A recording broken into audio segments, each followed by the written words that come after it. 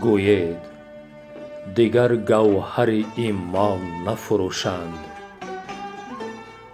این نقد دل و روشنی جان نفروشند. گوید دیگر تهمت و بهتان ننویسند، از بهر خدا قیمت وجدان نفروشند. پیمان شکنی از ره انصاف و ادب نیست، صد عهد و وفا کرده به یک آن نفروشند.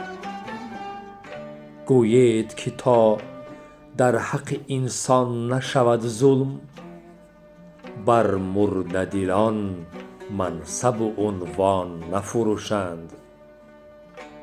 گوید گذارند به یک سو حسد و بخل، از بی خردی نام بزرگان نفروشند. در طینتشان نیست ز فرهنگ نشانه،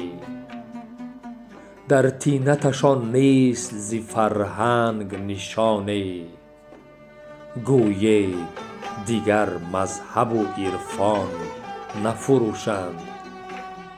گوید دیگر از سر نفس و ره تزویر، هر سوره و هر آیت قرآن نفروشند.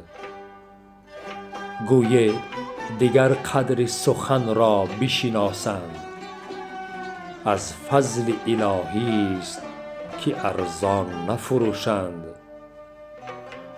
گوید دیگر پیش خدا سخت گناه است، یک زمره کسان قسمت انسان نفروشند.